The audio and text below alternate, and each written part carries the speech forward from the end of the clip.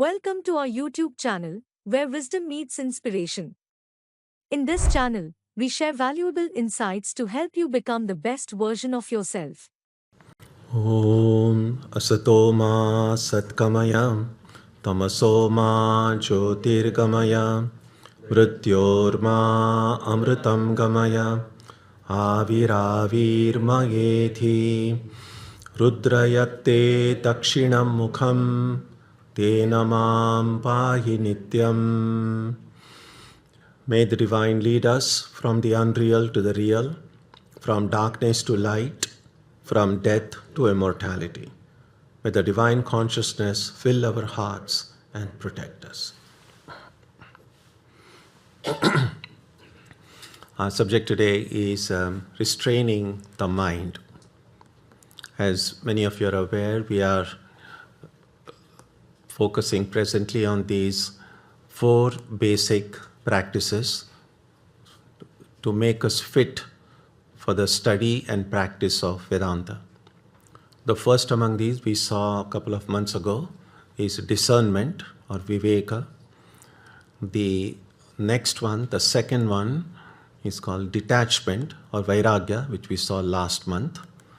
And the third among these practices is actually a set of 6 practices, all bundled together as one. And they are called 6 treasures or Shat Sampatti. And so the first among these 6 treasures is a practice in Sanskrit, they call it Shama, which means restraining the mind. So today we'll try to take a very brief look at what this practice involves. One of the things that we recognize about our personality is that there is this visible part of our personality, the body, and then there is the subtle part of our personality. And meaning everything in us, everything which is a part of us, which no surgeon will find when the body is cut open. My mind, my intellect, my ego, my thoughts, feelings, emotions, memories, none of these are a part of my visible body. So all of this together constitutes what a more accurate word for that is antakarana. Anta means inner. Karana means instrument. So the inner instrument as contrasted with the body, which is seen as the outer instrument. So the inner instrument and the outer instrument. The difference between these two, they both are material, but the body is really what we acquired when we were born and which will remain with us until we die.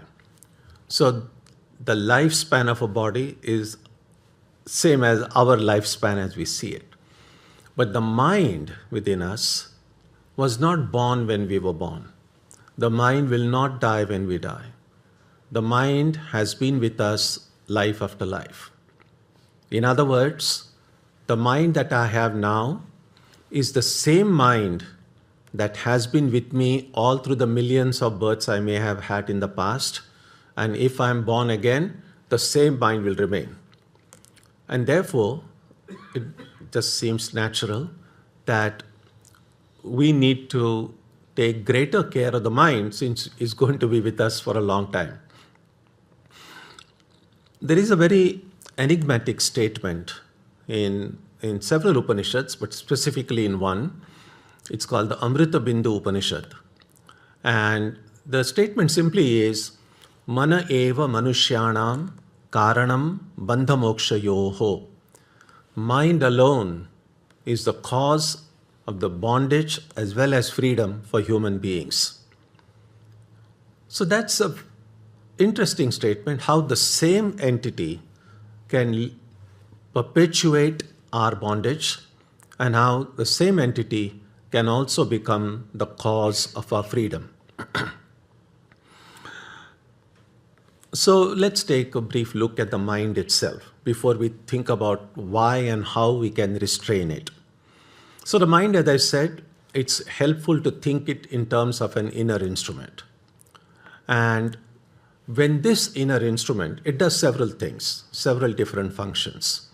So when it weighs the pros and cons of things, then that functionality, that mode in which it is, that instrument is called mind. In Sanskrit, it's called manas. Now, in that same instrument has a determinating function, that it comes to a decision, it chooses, then that determinative faculty, that function of the inner instrument is called, it's what in English we say intellect or buddhi. So these are different terms you may have heard, mind, buddhi. They are not like two different compartments or two different things. It's the same inner instrument doing different functions. Sometimes this instrument is thought of in terms of a kind of a receptacle or a repository, which contains all the thoughts, emotions, feelings, memories, all of the effects of our karma. So when it is thought of as a container, then the word that they used in Sanskrit is called chitta. And it is the same inner instrument that also gives us the sense of identity, the sense of I, the feeling of I within us also comes to us through this inner instrument. And when that functionality in Sanskrit, it's called ahankara, or in English we just say the ego.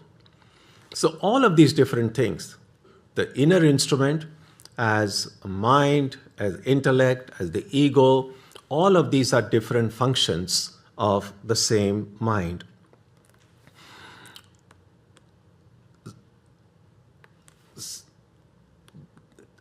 So when I said it weigh the pros and cons, not to go into too much detail about this because we might be addressing it sometime in the near future, but all the data, so to speak, that the mind gets is carried to it by the senses. Essentially, sight, sound, smell, touch, and taste.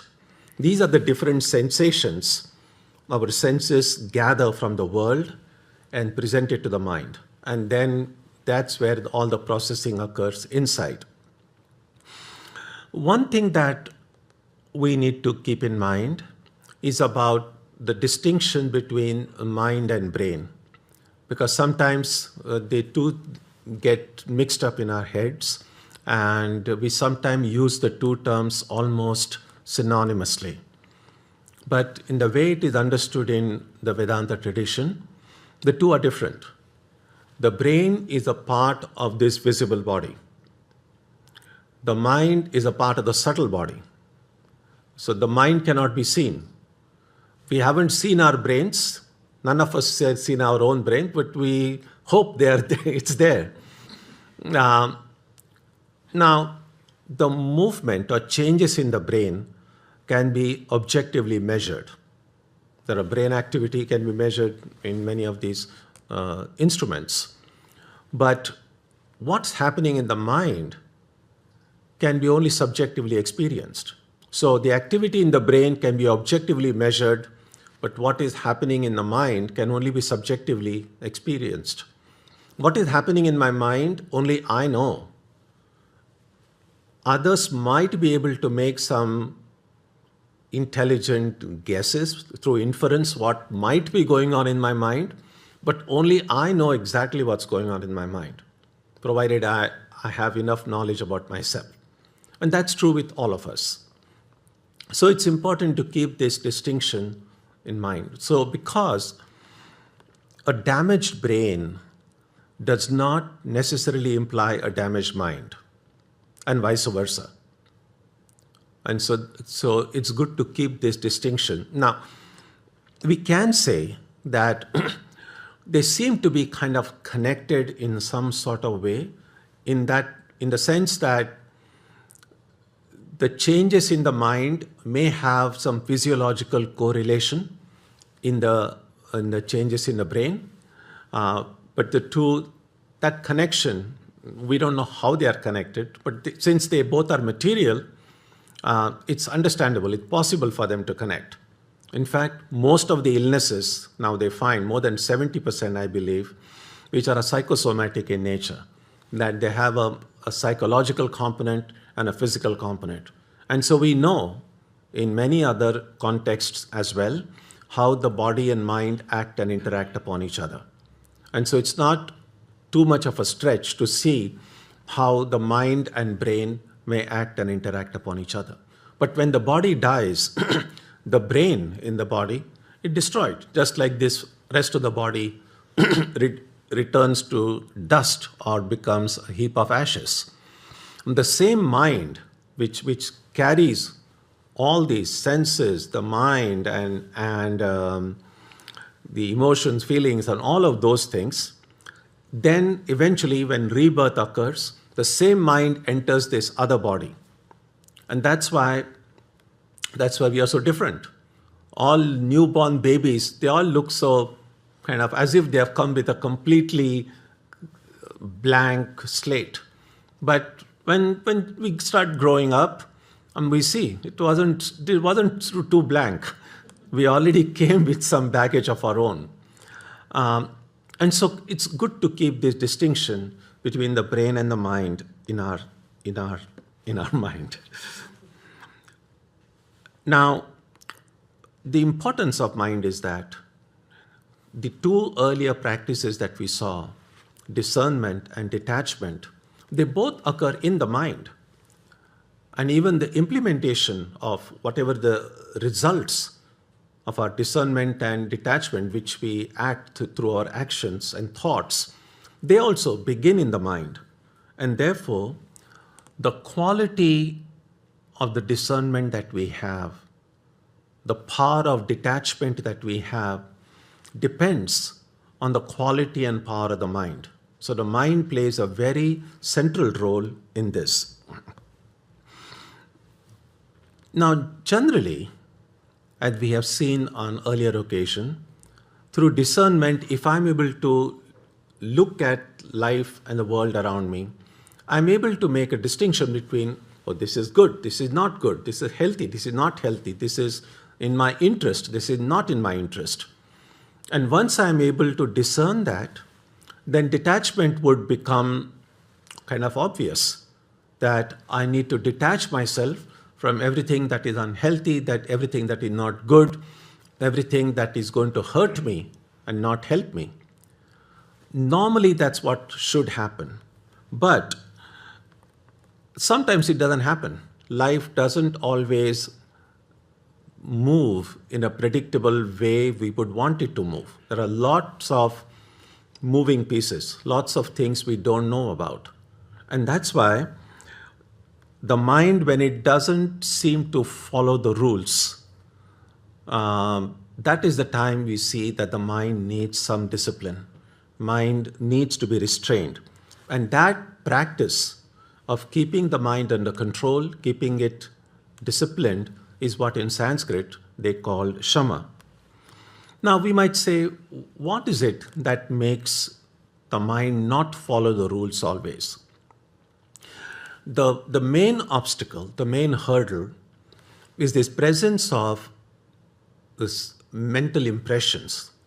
Every action that we do, every thought that we think, leaves an impression on the mind. And that impression, it's a kind of a seed, if you like. In Sanskrit, they call it samskara. And the power of this samskara is that all desires generate from these mental impressions. An example that I've given very often, and many of you may have gotten tired of me saying it, but I think it's good for me to just quickly refer to it, because it helps in understanding how these things fit. And that is, if let's say if you have never had coffee in your life, and the first time you drink a cup of coffee, and you enjoy it, let's assume. So what has happened is this. So there is this action you did, you drank coffee. And immediately you had the result of that action, it brought you joy because you enjoyed it. But it is one more thing, and that is Not just the action and the result, but it also left inside a coffee samskara, a coffee impression on the mind. Now, what does this impression in the mind do? It is just waiting in the unconscious part, in like kind of a mental basement. Anytime it's possible to trigger that impression. And for instance, you're going out for a walk, you're passing by a Dunkin' Donut or simply Dunkin' now, or Starbucks, and that external viewing of the coffee shop, or a memory of the coffee you had drunk yesterday, that triggers the samskara, and suddenly you feel, oh, it'll be nice to have another cup of coffee. Essentially, it's a desire in the heart that has come from a memory of your earlier good experience with drinking coffee. At that point, you have a choice. A desire itself is not so much a problem. What do you do with that desire? So it's the will inside us which takes a decision. What should be done with this desire? The will can say, just grab the desire, and then the desire changes into an intention. In Sanskrit, they call it sankalpa. And it's that intention then that evolves into action.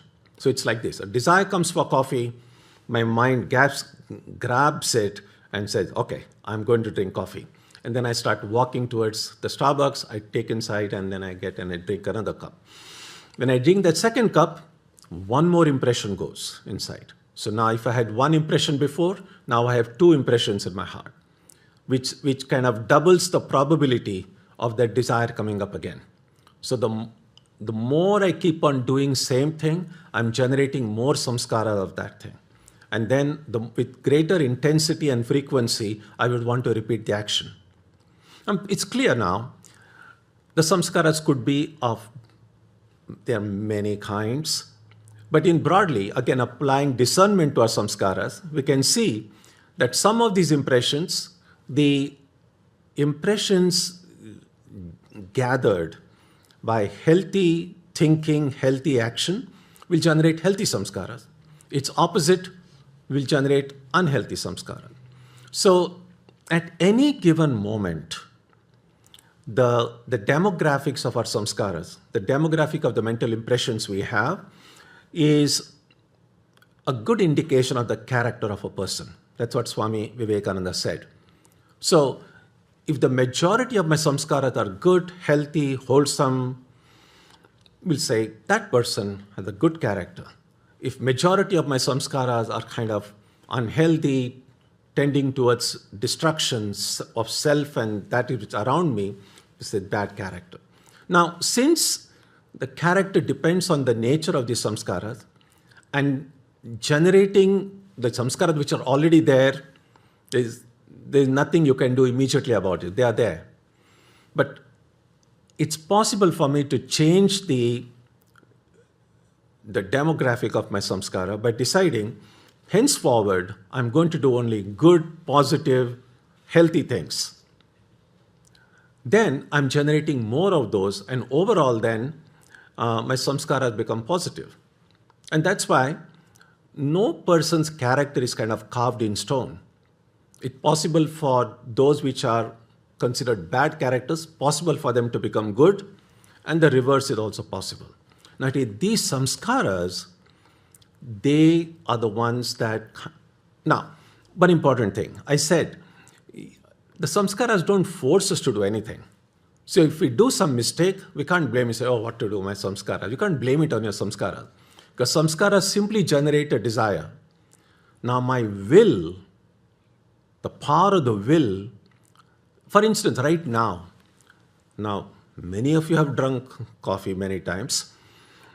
Maybe, now that I'm speaking so much about coffee and Starbucks, your samskaras may have gotten triggered, and a desire might come and say, would like to drink coffee. But most of you would think, this is not a good time to now suddenly get up in the middle of the talk and go out for coffee. So what do? So your will says, not the right time for it. So your will refuses to change that desire into an intention, an action. And so that desire then comes up, said, oh, nobody wants me, and just doesn't disappear, goes back into the mental basement. So we have a choice. The samskaras only generate desires, but whether to say yes to the desire or no, that control we have. And because of that uncertainty, the mind, if it makes wrong choices because of not good discernment and not enough detachment, then we will say yes where we should say no. We will say no where we should say yes. And that kind of wrong decision making is the primary cause of the stress, strain, and sorrow and suffering that people experience in their lives. So, if the discernment and detachment are strong, the will make good decisions. If the detachment and discernment are not strong, if they are feeble, then the will can just go very wayward. So one way, an important way to discipline the mind is to follow what they say, the path of dharma. Now, dharma is a very generic term. It stands for everything that is right, everything that is good. Whichever way we are able to figure out. Sometimes it's difficult to define these things in words, but instinctively, deep inside, most of us, sometimes we just say it's the voice of conscience, or there's something within which just says, this is the right thing, or this is not a good thing. Sometimes we may not listen to that voice, but that voice is present. Now that voice which always tells us what is right and what is not right, that is what stands for dharma. Sri Ramakrishna once said, truthfulness alone constitutes the spiritual discipline of the Kali Yuga. If a person clings tenaciously to truth, he ultimately realizes God. Without this regard for truth, one gradually loses everything. So truth, and again, truth is, normally we understand truthfulness only in terms of speaking or telling or narrating things the way they happen. That's truthfulness of speech. But there is such a thing as truthfulness of living. There's truthfulness when it becomes a part of our life. We will see that all of the important qualities, they automatically come because they are all connected with truth.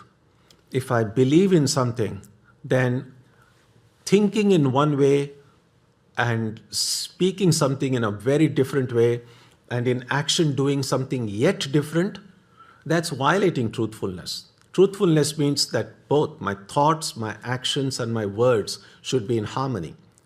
So we see that the virtue of truthfulness is not simply about, like, what is the time now? And I tell exactly what the time is, I'm being truthful.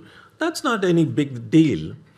But there will be occasions in life when speaking the truth can, at least in short term, we stand to lose something by speaking truth. Or by telling a little lie, we stand to gain something. In such situations, I resist the temptation to say, I'm going to be truthful, even if that means some suffering for me. When a person can do that, Sri Ramakrishna says, such a person ultimately will realize the goal of life. So it involves, therefore, living truthfully involves living a life based on strong moral and ethical foundations. We cannot be spiritual unless and until we have first become moral. No one can say, oh, I'm very spiritual, I meditate so many hours a day, I don't care so much for morality. That doesn't work. The other way is possible. There are people who don't believe in God, don't believe in religion, but it's possible for them to be moral. You don't have to believe in God to be truthful and honest. But if we want to be spiritual, then the basic foundation should be a moral and ethical life. In Patanjali's Yoga Sutras, in the second chapter, Sutras 30 and 32, he gives a very beautiful and a very clear description what would a moral and ethical life mean? And there are two lists of 5 each. They are called Yama and Niyama. Yama means restraints, Niyama means observances. So just a very quick look at them. So the 5 Yamas are, first is non-violence or ahimsa. It means that we must abstain from injuring any being at any time in any manner. Ahimsa doesn't simply mean that I don't kill anyone. Even hurtful speech, even hurting others through at the subtle level, even having injurious thoughts about another person is also violence. Jealousy, anger is a form of violence. So any of these qualities taken to their logical conclusion, we will find encompass all the others. So it's not like, it's not like check boxes. Oh, I have non-violence, I have this. That's not what you need to do. But even holding on even to any one of these, and we try to follow it completely, not just in a very visible sense, but even the subtle forms of it, we will find all other quality necessary to lead a life of dharma will automatically come along with that. So, non-violence implies absence of hatred, malice, and jealousy expressed through a thought, words, or actions. Then, satya, truthfulness, which means a harmony between what we say, what we do, and what we have seen. Third is called asteya, non-stealing. Now, we say, well, I don't steal anything. Sure. But it also means not appropriating, even mentally, what we are not entitled to. We may not actually go and grab somebody else's things, but even to look at something and say, oh, I wish that was mine. We are violating that. So even through mind, there is a very nice incident that occurred during one of the disciples of Ramakrishna named Tyaganandaji. He was living in northern India.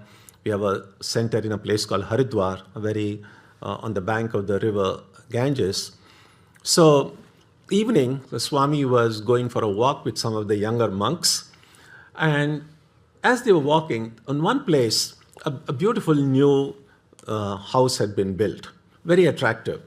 So one of the young monks, he said, wow, that's such a beautiful house.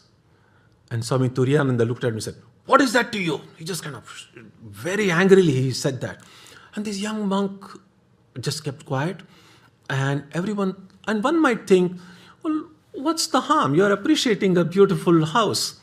And after, when they returned back to the monastery, somebody asked the Swami, why did you get so upset? He was just appreciating a beautiful house.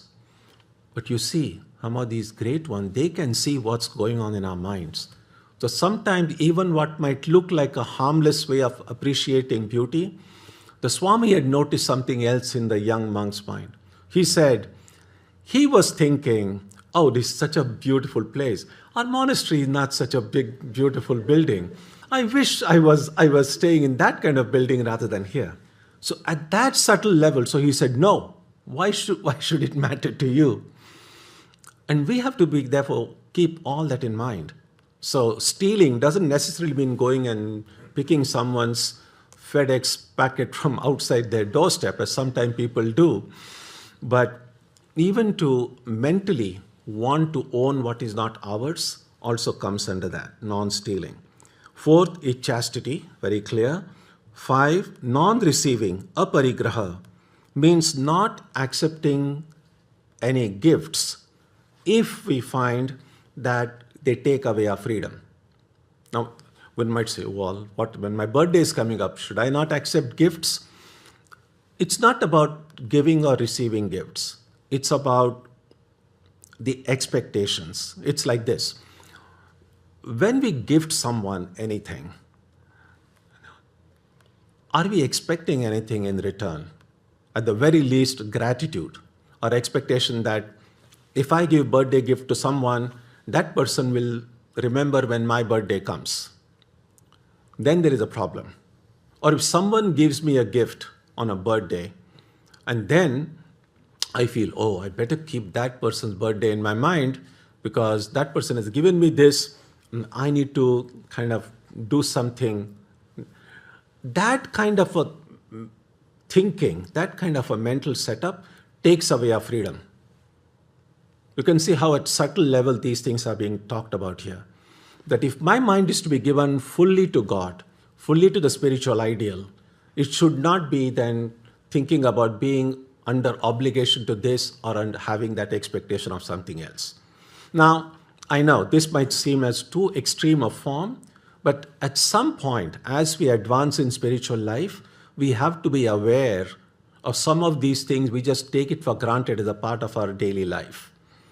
But this does involve, there is a kind of, it's very subtle, a very subtle kind of a burden we carry about trying to balance the expectations of people around us or the obligations we feel for those around us. And a yogi, if you want to be a yogi, and if you want to be truly free, then one must be free from these expectations and obligations as well. The 5 observances or nyama include cleanliness. In Sanskrit, they call it shaucha, which means both physical cleanliness, a daily bath, healthy food, and also mental cleanliness, freeing the mind from arrogance, from greed. All this is what really pollute the mind. Second, contentment or santosha means being happy with what we have and free from hankering from what is not ours. It's very important. Sometimes in the olden days, well, olden days is such a generic term, it can mean anything. But there is this kind of a very stereotypical idea that, well, if you are spiritual, if you are religious, then you always need to be very serious with a very long face. And that doesn't have to be. In fact, when Swami Vivekananda came here in the late 19th century, and he was, as we can see in Ramakrishna's conversations as well, there's so much of laughter, there's stories and jokes. And so some people, they looked at Vivekananda here in the West and asked him, why do you laugh so much? Why are you telling so many jokes? And then Swami Vivekananda said, why shouldn't I? I don't know in what exact words he said. We find a reference to it in his life. He said, we are the children of the blissful Divine Mother. Being joyful, it's not a crime to be joyful. It's not sinful to be happy. And so he said, being cheerful. And he said, sometimes I do become serious when I have a headache or a stomachache. But rest of the time, we can be cheerful. And so that is an important quality. It's almost, we can see, you see it like this. When we are happy, it's easy to be cheerful. And we don't need to put a lot of effort into it. But being cheerful as a practice would make, it can be tough. Even when you don't have anything to feel cheerful about. Even when there is some heaviness weighing on your heart. Even in such situations, can I still be cheerful? Can I still be smiling? As I said, it won't come naturally. Your smile may seem forced. Even then, it does work. It's a little bit like this. It's almost a little bit like a reverse engineering, if you like. That is, when we are happy, when we are contented, then we are cheerful and there is a kind of a natural smile on the face.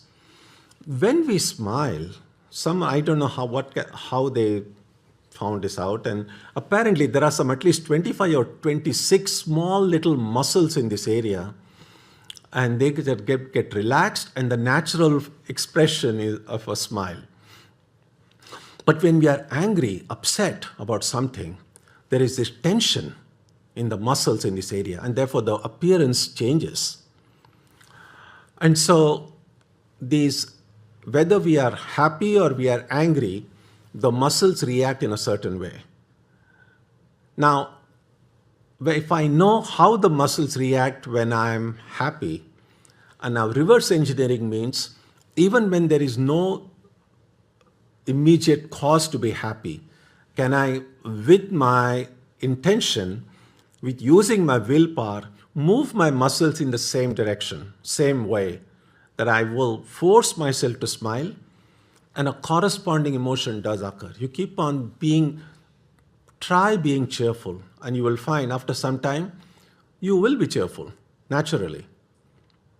One other benefit of being cheerful and forcing yourself to smile, especially when you are getting upset or angry, force yourself to smile, because it's very difficult, extremely difficult to be nasty and angry with someone when you are smiling. And so if you have problem with temper, force yourself to smile, because with a smiling face, it's not possible to say something very hurtful to anyone. Anyway, so that's contentment. Next, tapas or austerity, which means the ability to endure hardships and not get upset by physical discomfort. We don't have to court discomfort. We don't have to like forcibly go and put ourselves into difficulties, but we don't have to do that. Life itself will present enough opportunities for discomfort. The option I have is I can go on complaining, I can get frustrated, I can go on blaming, or I can say, okay, if I can fix the problem myself, let me do it. Otherwise, I'm just going to bear it. Forbearance. That, by the way, is one of the 6 treasures which we will come to in the days ahead. Then the fourth observance is self-study or swadhyaya, which include both study of spiritual texts and also japa, a repetition of mantra. And finally, worship of God, called Ishvara Pranidhana, which includes ritual worship and mental worship, also prayer and meditation. Now, striving to follow these rules of living, both restraints as well as observances, day in and day out, year after year, that is what gives that mind the power to control itself. It's a disciplining of the mind occurs that way. One way, therefore, to remind ourselves, a lot of these things, none of these things is something like a big surprise. Everything that I have said so far, most of us know these things. But the problem is, the moment, the specific moment when I need to remember it, that's the time I don't remember it. All of the mistakes we do in life is not because we don't know what the right thing is. We usually know what the right thing is. But at that moment, somehow it's kind of a momentary forgetfulness that occurs. Most of the auto accidents occur that way. It's not as if mostly people are looking where they should be looking. Even some of the accidents that occur is just a momentary way you don't look, you look somewhere else, and that's the time sometimes happens. Same thing in our lives as well. We usually know the right thing to do. We generally do it all right. But there are moments when we do something stupid, and that's because at that moment we just forget. And so one way, therefore, would be to find ways to remind ourselves of these things. For instance, if we can kind of create a set of, say, personal vows, if you like, to remind ourselves every morning. So for instance, about these 5 restraints, we could say something like this. And I'm just going to read it out. I had already included it in the blog on this subject I wrote. So if you would like to see the exact text, you can go to the website anytime and take a look. So among the things we could mention is, aware of suffering caused by the destruction of life, I vow to cultivate compassion and learn ways to prevent injury to others. Aware of harm caused by falsehood, I vow to abide by the practice of truthfulness in thought, word, and deed. Aware of pain caused by exploitation, stealing, and oppression, I vow to respect the property of others and protect my own as well as others' freedom. Aware of damage caused by sexual misconduct, I vow to cultivate responsibility and learn ways to protect the safety and integrity of others. Aware of weakness caused by greed, I vow to limit my needs to what is essential for a healthy, wholesome life. So these are kind of things, and it doesn't have to be worded this way. We all can make our own set of reminders which we believe might help us in leading a very healthy life every day. We can also have some healthy forms of determination, something like this. I'm determined to maintain physical and mental cleanliness. I'm determined to be content with my environment and my situation in life. I'm determined to practice forbearance without complaint and anxiety and learn to be in control of myself. I'm determined to learn the truth through study and prayer. I'm determined to reach out to the Supreme Being whose existence defines mind. Our mind is a creature of habit. If we have developed certain habits over the years, changing a habit is our second nature, they say, not the first nature. And so we can, theoretically, we can. But those who have tried know how difficult it is.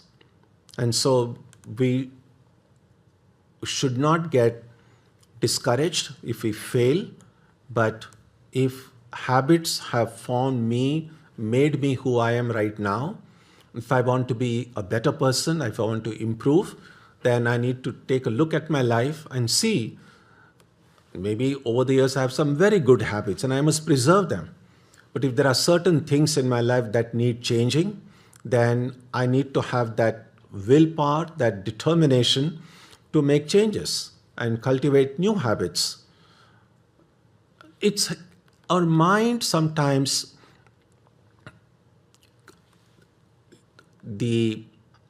our workspace, even our living space, is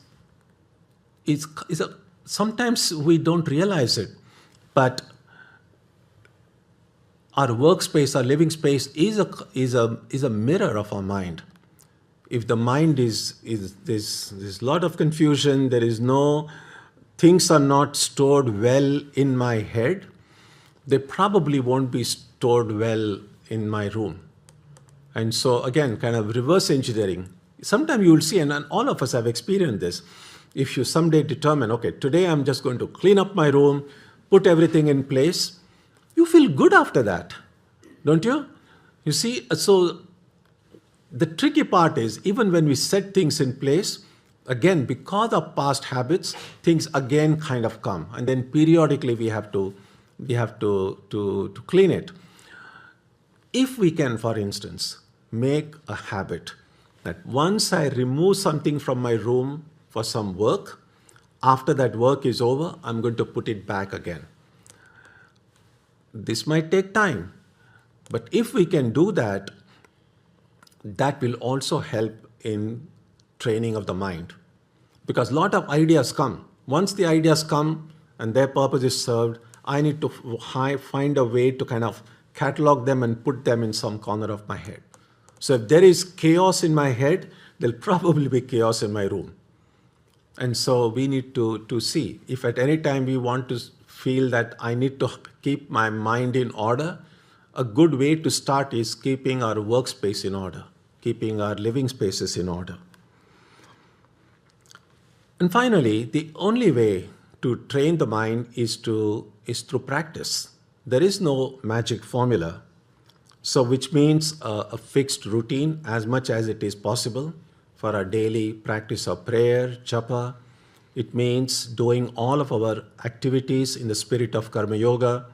It means being mindful, alert, vigilant as much as we can. A trained mind can become a friend, truly a friend.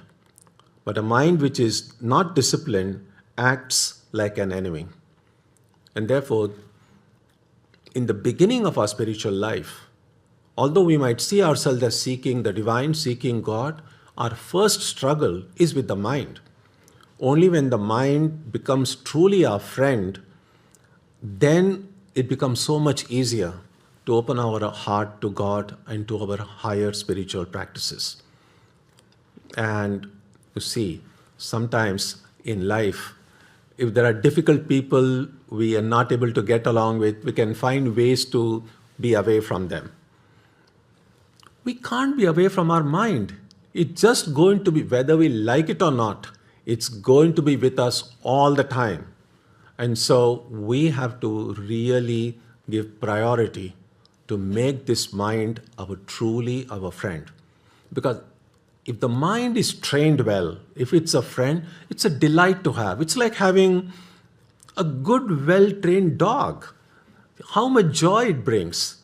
But if your dog is not trained well, it just causes nuisance. It can be a big headache.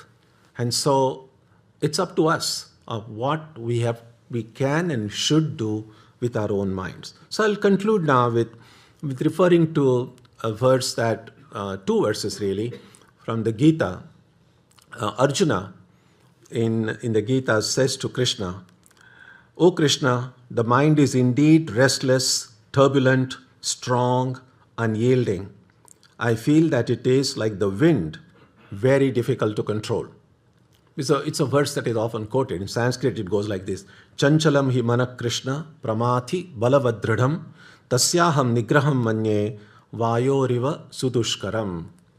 Now, Krishna doesn't say, "Oh, no, that's not true." Krishna completely acknowledges, yes, it's true. The mind is restless, the mind is difficult to control, everything is true. But then Krishna says, "Asamshayam mahabaho manodo nigraham chalam abhyasena tu kaunteya vairagyena cha grihate," which means, "O son of Kunti, there is no doubt that the mind is restless and difficult to control, but it can be restrained through a practice called abhyasa and detachment, vairagya." So we have already had a time to reflect on detachment a few weeks ago, and abhyasa, practice, is what we need to do. None of these things is easy, but it's not impossible either, provided we are determined and provided we are willing to keep on practicing without getting discouraged. And in the very following verse to that, Krishna says that we can attain spiritual growth through a disciplined mind, but not through a mind that is not under control. So to conclude, there are two things to be kept in mind about restraining the mind. One, leading a moral and ethical life and letting go of everything that takes us away from our spiritual ideal. The truth is transcendent. The Upanishads say that it is beyond the reach of the mind. And so one final question would be, if it's beyond the reach of the mind, why do we have to keep on worrying with this mind and struggling with this mind? Because the mind cannot go there anyway. Then in another Upanishad, it says that final truth can be reached only by the mind. Now, it might seem like two apparently contradictory statements. But what the meaning of the statement is, that truth or the vision of the divine cannot come through a mind that is not disciplined. But in Sanskrit they say, Susamskritena manasa, the mind that is refined, the mind that is pure, the mind that is disciplined, that is the mind through which that highest reality can be experienced. So all the three practices we have seen so far, discernment, detachment, and restraining the mind, they support each other and they enhance each other, and they are interdependent. So the next of the practices in the 6 treasures is restraining the senses, called dharma. So give some thought to restraining the mind, and after a few weeks, we will have a chance to take a look at what restraining the senses might mean. Om Jananim Saradam Devim Ramakrishnam Jagadgurum Padapadme Tayo Shritva Pranamami Muhur Muhu.